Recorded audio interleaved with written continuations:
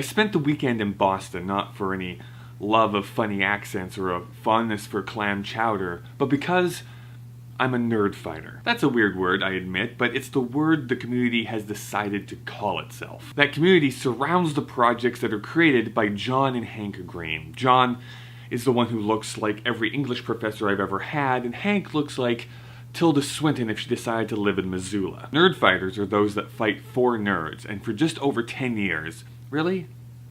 That long?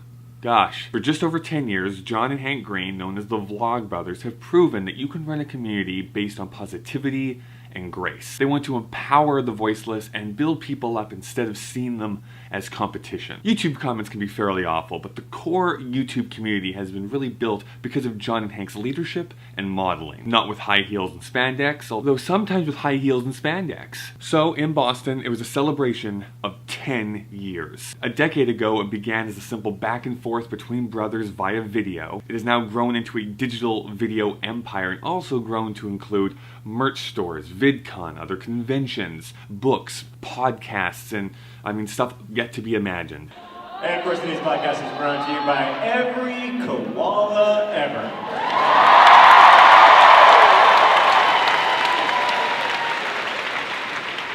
Every koala ever, a longtime sponsor of Dear Hank and John. And sure, there was a lot of in-jokes, meeting with old friends, and general tomfoolery. But I was struck by how low-key the event actually felt. I'm talking first year of VidCon low-key. I was expecting something with a lot more high energy, with a lot of screaming and constant scrambling. And instead, it turned into an event that was a lot more about thinking about issues and talking about them in an open forum.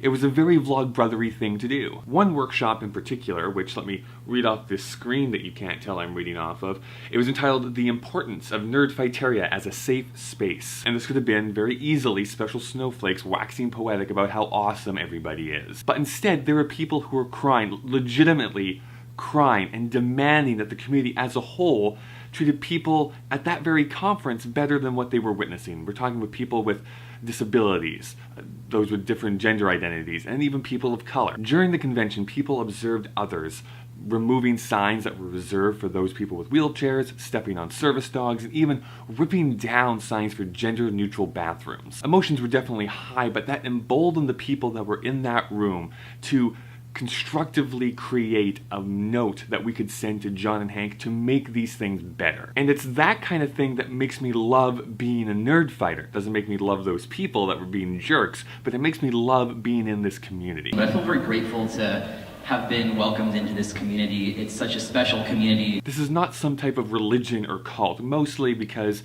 the wafers don't taste all that good. But also, I know that this is not information coming up from on high, but it's us here within the community that can push things up to the top. It allows us in the community to shape the direction of what we think is important. And this was definitely a sentiment that was echoed by John Green near the end of the convention.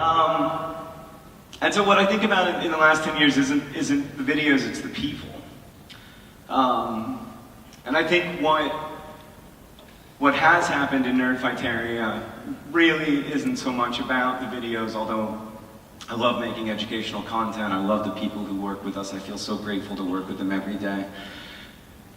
It's really about making spaces where people can make connections, trying to create spaces online and IRL where people can find their people. Here's to 10 more years.